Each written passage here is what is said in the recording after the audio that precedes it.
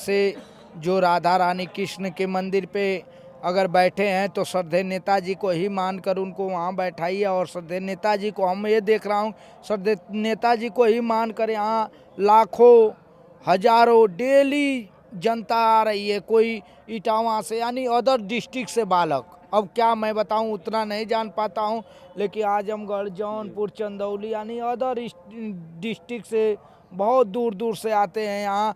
और ख़ास करके यहाँ के बहुत ही होनहार बालक जो कि संदीप यादव है, उसको भी चर्चा में लेते हैं कि महाराज जी वो नहीं है क्या।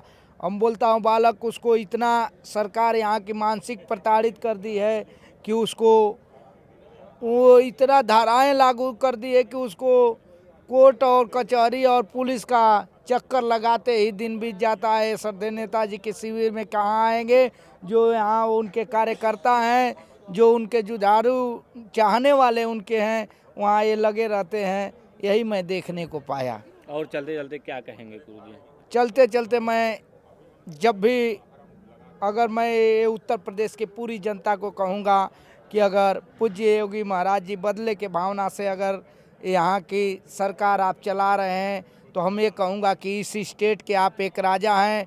अगर प्रजा को एक छोटा सा वो प्रजा उसी राजा के ही अधीन वो प्रजा आता है जो कि संदीप यादव नाम है, और उस बालक को एक गरीब है, बहुत गरीब किसान का बेटा है, जो कि अभी नहीं है कि करोड़पति अंबानी का बेटा है, वो बहुत गरीब बेटा है, फिर भी उसको सता रहे हैं। सेवा धर्म का काम, जो कि उसके पास 2-4 गाय गऊ हैं, उन्हीं लोग का दूध लाकर वो बेचारा न बेचकर मार्केट में बेचता तो उसको पैसा पाता।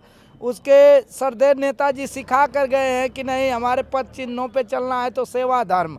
तो वो बच्चा सेवा धर्म जो कि कर रहा है, उस मार्केट उस दूध को बेच सकता है, लेकिन वो दूध को नेताजी के प्रति प्रतिमा लगाकर सोचा कि नहीं, नेताजी को अगर मैं मानता हूं तो नेताजी के ही प्रतिमा के माध्यम से हम इस दूध को।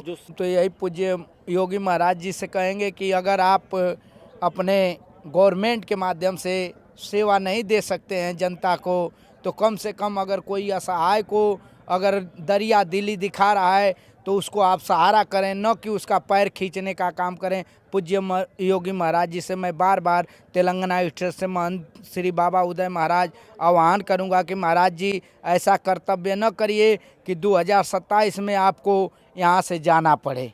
ऐसा करने से 2027 में जो है योगी सरकार की विदाई हो सकती है। जी पूज्य योगी महाराज जा सकते हैं, क्योंकि यहाँ की जनता अगर बादला के भावना से अगर आप देखते हैं, तो हम यही पूज्य योगी महाराज जी से कहूँगा कि ऐसा